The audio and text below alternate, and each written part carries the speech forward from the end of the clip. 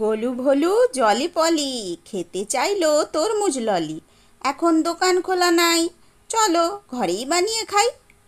Hello friends, আজকে দেখো কি নতুন রকম রেসিপি নিয়ে এসেছি। দেখো, গরমের দিনে আমাদের কখনো কখনো দুপুরবেলায় আইসক্রিম খেতে ইচ্ছে হয়, আবার কখনো কখনো আচার খেতে ইচ্ছে হয়। তো আমি ভাবলাম যদি এমনটা হয় আইসক্রিমের মধ্যেই আচারের স্বাদ, তো কেমন হয়। তো সেই জন্যই আমি আজকে একটা তরমুজ এনেছি। দেখো, তরমুজটা কাটবো বলে রেডি হয়েছি। প্রথমে কুলো নিয়েছি, তার ওপর একটা থালা, বটি ধুয়ে নিয়ে এসেছি। নিয়ে এসে সুন্দরভাবে আধা করে ফালি করে নিলাম। এইবারে ওগুলোকে টুকরো টুকরো করে কেটে নেব।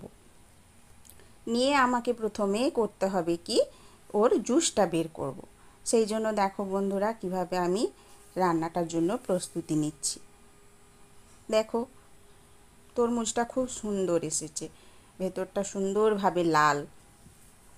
এবার এগুলোকে সুন্দরভাবে আমি টুকরো টুকরো করে নিচ্ছি, যাতে আমার ব্লেন্ড করতে সুবিধে হয়। বন্ধুরা, তোমরা আমার চ্যানেলটাকে প্লিজ প্লিজ প্লিজ সাবস্ক্রাইব করে দিও, আর বেল নোটিফিকেশানটা অন করে নিও। তাহলে আমার সমস্ত ভিডিওগুলো আপলোড করার সাথে সাথে তোমাদের কাছে নোটিফিকেশানটা চলে যাবে। প্লিজ বন্ধুরা, তোমরা অনেকেই আমার ভিডিও দেখছো কিন্তু সাবস্ক্রাইব করছো না। প্লিজ, তোমাদের সাপোর্ট আমার খুব দরকার। তোমরা একটু প্রথম থেকে শুরু শেষ অবধি আমার ভিডিওগুলো পুরো দেখো। দেখো, এবারে আমি তরমুজটা কেমনভাবে টুকরো করে নিয়েছি। এবার পুরো লাল অংশটা একটা বাটির মধ্যে কেটে রেখে নিচ্ছি। হয়ে গেছে, সমস্তটা কেটে নিয়ে আমি মিক্সির মধ্যে পেস্ট করে নিয়ে চলে এসেছি। এইবার একটা পাত্রের মধ্যে এটাকে ছাঁকনির সাহায্যে ছেঁকে নেব। পুরো জুসটা আমি আলাদা করে নিচ্ছি। আর যে ওর পাঁকির থেকে কিছু যে বীজগুলো রয়েছিল, সেগুলো যেগুলো পুরো ছাঁকনির মধ্যে ছাঁকা হবে না, এক্সট্রা যেগুলো, সেগুলো আলাদা হয়ে যাবে। আর বন্ধুরা, আমি বীজগুলো আলাদা করে তারপরে ব্লেন্ড করিনি। কেন বলো তো, বীজের মধ্যে যে সাদা অংশটা রয়েছে সেটা খুব নরম আর পুষ্টিগুণে সমৃদ্ধ। ওপরের কালো খোসাটা শক্ত, সেটা ফেলার জন্য সব সহই আমি ব্লেন্ড করেছি। এবার দেখো, ধীরে ধীরে এইটা আমি ছেঁকে নিচ্ছি। আর এই যে জুসটা বীজ সহ আমি ব্লেন্ড করলাম, এটা একটু গাঢ়ত্ব দেবে, আর স্বাদেও ভালো হবে খেতে। এমনিতেই জানো তো আমরা রান্নায় চার মগজ ব্যবহার করি, সেগুলো এই খরবুজে আর রয়েছে, খরবুজ তরমুজ এই সবেরই বীজগুলো।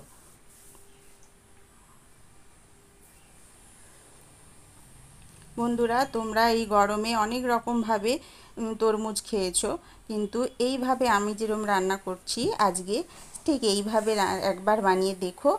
সত্যি সত্যি খুব সুন্দর। আমরা বাড়িতে বানিয়েছিলাম, বাচ্চারা বড়রা সবাই খেয়ে খুব ভালো বলেছে। তো বন্ধুরা, তোমরাও আমার ফ্যামিলি, তো তোমরাও প্লিজ এইভাবে একবার বানিয়ে দেখো। আশা করি তোমরা নিরাশ হবে না, খুব মজা লাগবে।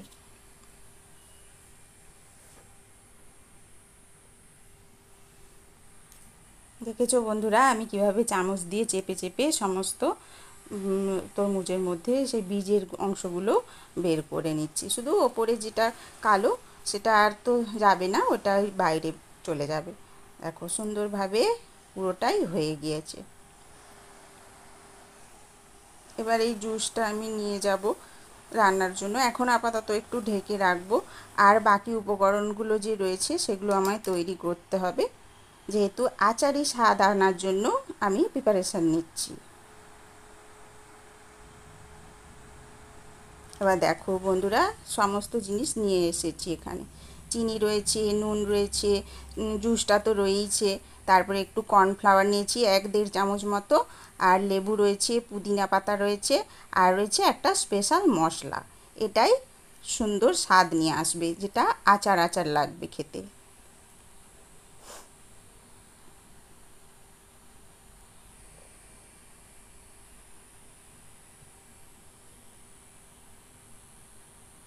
দেখে নাও বন্ধুরা তোমরা ভালোভাবে সমস্ত জিনিসগুলো, আর তোমরা খাতাতে লিখে নিতেও পারো। দেখো জুসটা ঢাকা দিয়ে এখন রেখেছি আপাতত। এবার আমি তাওয়া বসিয়ে দিয়েছি, গ্যাসটা জ্বেলে। এবার এর মধ্যে ওই যে স্পেশাল মশলা বলেছিলাম সেইটাই বানানোর প্রস্তুতি নিচ্ছি। তার জন্য একটু জিরে নিয়েছি, আর নিয়েছি একটা লঙ্কা, তোমরা ঝালটা যেরকম নেবে, আর কয়েকটি নিয়েছি মরিচ। এগুলোকে আমি শুকনো খোলায় রোস্ট করবার জন্য করে নিচ্ছি, তারপরে আমি গুঁড়ো করব। রোস্ট করে নিচ্ছি, কিছু সময় এটাকে নেড়ে নেব তাপে, যেটাকে ড্রাই রোস্ট বলে।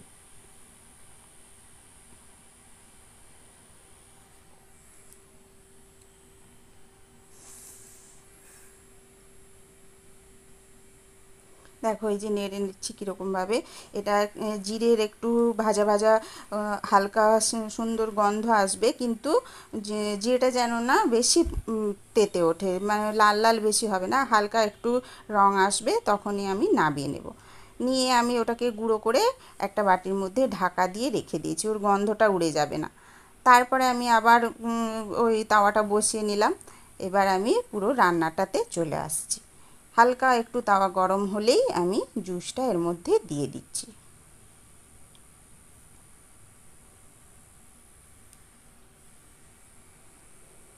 দেখো বন্ধুরা অনেকটাই জুস বেরিয়েছে, তরমুজের সুন্দর লাল। এবার এটা আমি কিছুটা গরম করব, আর এটা গরম করার সাথে সাথে ফোটা আরম্ভ হবে। কিন্তু তার মধ্যে আমি একটুখানি চিনি দেবো, যেই মাপটা নিয়েছি। তরমুজ ধরো তোমার 4 বাটির মতো বেরিয়েছে, ছোটো বাটির। আমি হচ্ছে 1.5 বাটি, 1.5 থেকে 2 বাটি মতো চিনি দিয়েছি।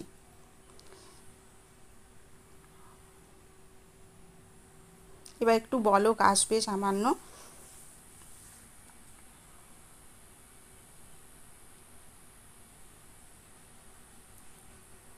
নেড়ে নিচ্ছি ভালোভাবে।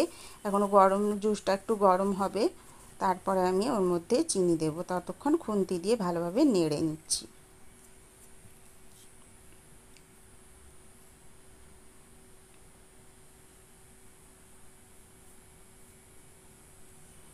দেখো গরম হয়ে সামান্য ফুট ধরেছে, এখনও পুরোপুরি যে জুসটা গরম হয়নি, সামান্য ফুট ধরেছে। আরেকবার বুলিয়ে নিলাম।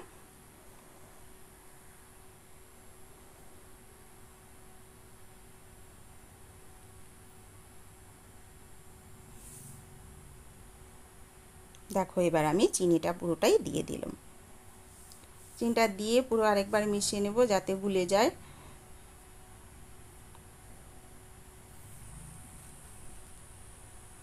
দেখো পুরো চিনিটাই বাটি মুছে ভালোভাবে দিয়ে দিলাম।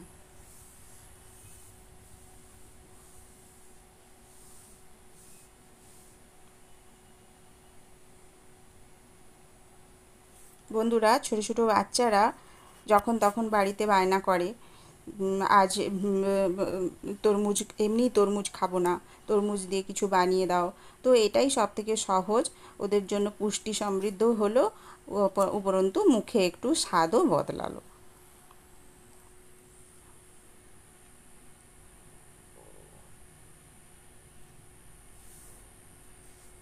দেখো বন্ধু এবার সামান্য যে নুন রেখেছিলাম সেটা দিলাম। প্রত্যেকটি রান্নায় নুন হচ্ছে প্রধান।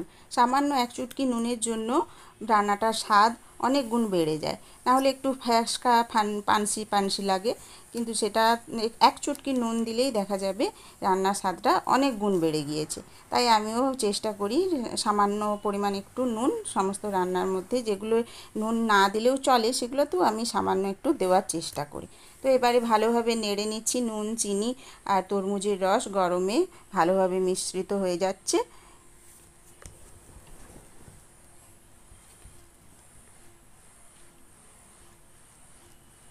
বন্ধুরা রান্নাটা করতে করতে মনে আনন্দ হচ্ছিল, যখন হয়ে যাবে তখন কত না ভালো লাগবে, নতুনত্ব একেবারে।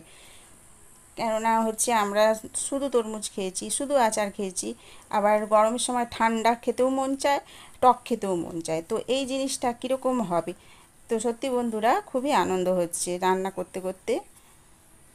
তোমাদেরও খুবই ভালো লাগবে নতুনত্ব দেখো। এইখানে কি করলাম বলো তো, এই যে আমি কর্নফ্লাওয়ারটা রেখেছিলাম শুকনো, সেটা একটু জল দিয়ে গুলে নিলাম, নিয়ে তারপরে ওর মধ্যে দিয়ে দিলাম। এবার দেখো আবার এটা নেড়ে নিচ্ছি, এটা একটু ঘনত্ব করবে। তরমুজের জুসটা যে অনেকটাই পাতলা রয়েছে, সেইটাকে একটু গাঢ় করার জন্য আমি এই এটা দিলাম, কর্নফ্লাওয়ার গুলে। এবার যখন টকবক করে ফুটবে জিনিসটা, তখন এটা একটু থকথকে হয়ে যাবে, খুব বেশি হবে না, মানে আপনার একটু বসে যাওয়ার মতো, যাতে পপসিকেলটা যখন হয়ে যাবে সেটা চট করে বসে যায়।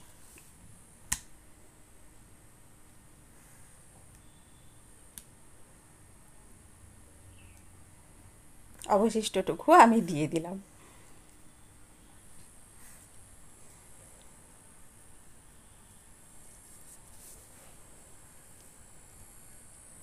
দেখো বন্ধুরা, এবার আমি যে সেই স্পেশাল মশলাটা বানিয়ে রেখেছিলাম সেটাও ছড়িয়ে ছড়িয়ে দিয়ে দিলাম।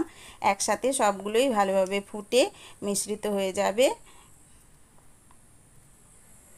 আর এর মধ্যে রান্না করতে করতেই ফাঁক দেখে আমি তার ওই যে এটা রয়েছে পুদিনা পাতা, ওটাকে কুচি কুচি করে রেখে দিয়েছি। কেন, ওটা হচ্ছে যে এর মধ্যে দেব, মাঝে মাঝে যখন মুখে পড়বে তখন তোমার ওর গন্ধটা আর স্বাদটা মুখের মধ্যে আসবে।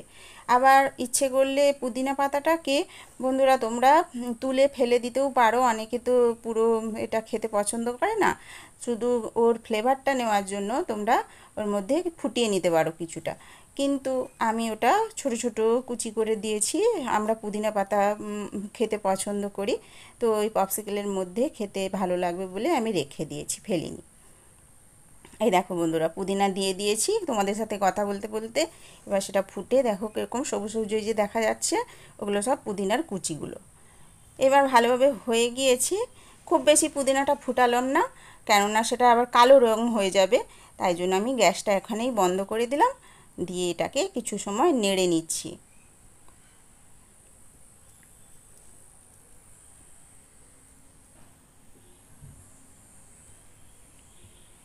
এবার বন্ধুরা দেখো, বেশিক্ষণ আমি এই তপ্ত তাওয়াটার মধ্যে রাখলাম না, এই গ্যাসটা বন্ধ করার পর দিয়ে দিলাম বেশ খানিকটা লেবুর রস, দিয়েই সাথে সাথে এই যে একটু নেড়ে নিয়েই আমি একটা আলাদা পাত্রে নামিয়ে রাখবো।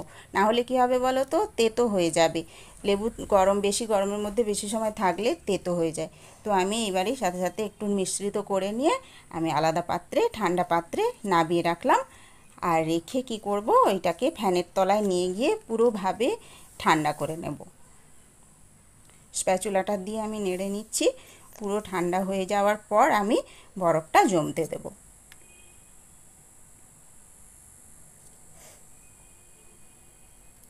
বন্ধুরা তোমরা প্লিজ আবার এটা বানিয়ে দেখো, আমার খুবই আগ্রহ যে তোমরা সবাই আমার পুরো ভিডিওটা দেখে রান্নাটা শিখে নাও, নিয়ে আমার মতো পদ্ধতিতে তোমরা নিজেরা বানাও, বানিয়ে সবাই পরিবারের সবার সাথে খাও, খুব আনন্দ করো, এটাই আমার আশা। আর আমি জানি তোমরা আমার ফ্যামিলি, তোমাদের বাড়ির মতো আমাকে ভেবেছো, সুতরাং তোমরা অবশ্যই করে খাবে, আমার সে বিশ্বাস আছে। তো তোমরা এইভাবে মোল্ড নিয়ে নাও আইসক্রিমের, তারপরে এগুলোকে সুন্দরভাবে তার মধ্যে ভরে দাও।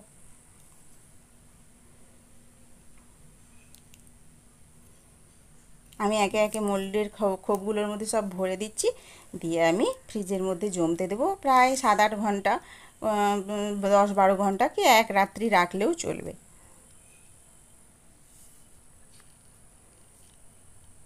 দেখো বন্ধুরা, হয়ে গেছে আমার পপসিকল। বলো তো দেখে কেমন হয়েছে, আর দেখে তো খুব সুন্দর লাগছে, খেতেও তেমনি ভারী মজাদার লাগবে।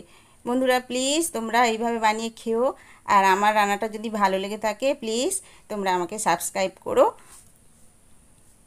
আর তোমরা সবাই পুরো রান্নাটা দেখেছো, তার জন্য তোমাদের সবাইকে অনেক অনেক অনেক ধন্যবাদ।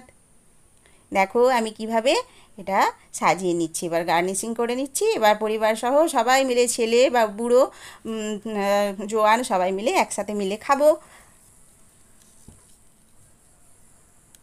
আচার আর আইসক্রিমের স্বাদ গ্রহণ করব।